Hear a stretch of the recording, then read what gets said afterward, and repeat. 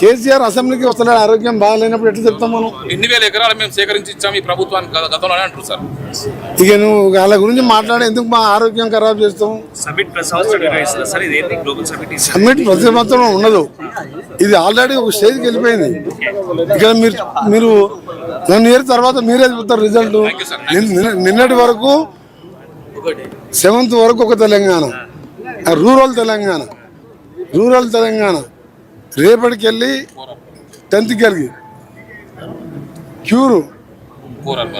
Core urban తర్వాత ఆ తర్వాత అగ్రికల్చర్ ఎట్లా మారుతుందో మీరు చూస్తారు. నేను 6 సార్లు 5 times ఎమ్మెల్యే, 2వ మినిస్టర్, ఐటీ మినిస్టర్గా చేసిన, అండ్ ఒకసారి మెంబర్ ఆఫ్ పార్లమెంట్ లోక్సభ చేసిన. మీరు చెప్తున్నా ఉండండి, ఇక్కడ బీఆర్ఎస్ బీజేపీ పార్టీలు లేవు. మీరు ఒకటే గుర్తుపెట్టుకోండి, మళ్ళీ ఈ ఈవెంట్ ఏదో చేయడానికి కాదు.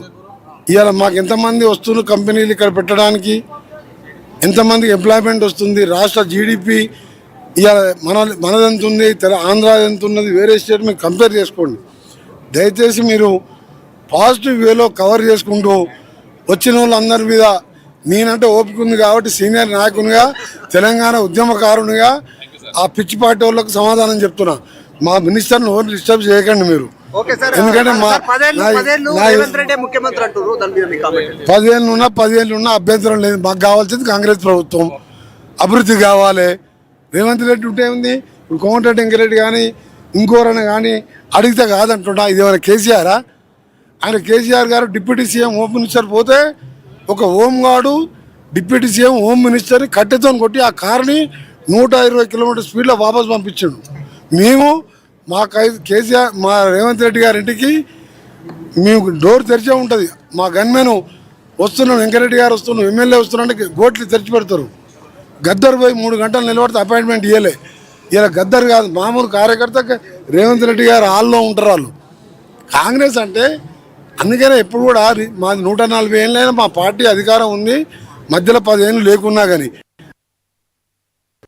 అధికారం ఉండి అధికారం మోగనే 4 ముక్కలైందంటే అర్థం చేసుకోండి. Any time national parties is the best.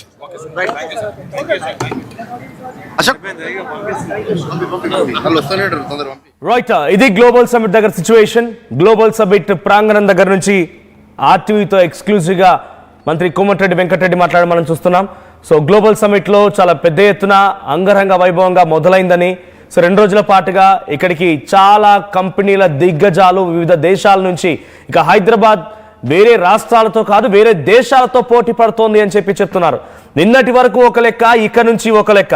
నిన్నటి వరకు రూరల్ తెలంగాణ, ఇప్పుడు రూలింగ్ తెలంగాణ అని చెప్పినట్టుగా మాట్లాడుతున్నారు ఆయన. రైట్, ఒక్కసారి మంత్రి వాకటి గారు మాట్లాడుతున్నారా, ఏం మాట్లాడుతున్నారో చూద్దాం. పని అదే కదా, వాళ్ళకు వేరే ఫ్యూచర్ తెలంగాణ మీద చేతులు అధికారం ఉన్నప్పుడే ఆలోచన చేయలే వాళ్ళు. అధికారం లేనప్పుడు మేము ఇక్కడ తెలంగాణకు బ్రైట్ ఫ్యూచర్ ఇస్తామనే కాన్సెప్ట్లో వాళ్ళు ఇవ్వడం వల్ల మాకు ఎక్కడ స్పేస్ దొరకదనే కాన్సెప్ట్లో చేస్తున్న ప్రయత్నం తప్ప, ఇంటర్నేషనల్ లెవెల్లో దట్టు ప్రతి ఒక్కరు మెచ్చుకుంటున్నటువంటి ఈ సమ్మిట్ని దీని ఒక బిజినెస్గా చేస్తామని, అంటే పచ్చకామెరలో లోకమంతా పచ్చగానే అన్నట్టు వాళ్ళ ఐడియాలజీ ఎట్లా ఉంది కాబట్టి వాళ్ళకి అదే ఐడియాలజీతో నడుస్తారు. గ్లోబల్ రైజింగ్, తెలంగాణ రైజింగ్ కాదు, తెలంగాణ క్లోజింగ్ చేస్తా ఉన్నాడు రేవంత్ రెడ్డి అటువంటి స్టేట్మెంట్ బీఆర్ఎస్ నుంచి ప్రధానమంత్రి. అంటే ఆయన స్టేట్మెంట్ ఇచ్చినా కూడా కొంత బేస్ ఉండాలి. బేస్లెస్ స్టేట్మెంట్ ఇచ్చి దాన్ని మనం కౌంటర్ కరెక్ట్ కాదేమో.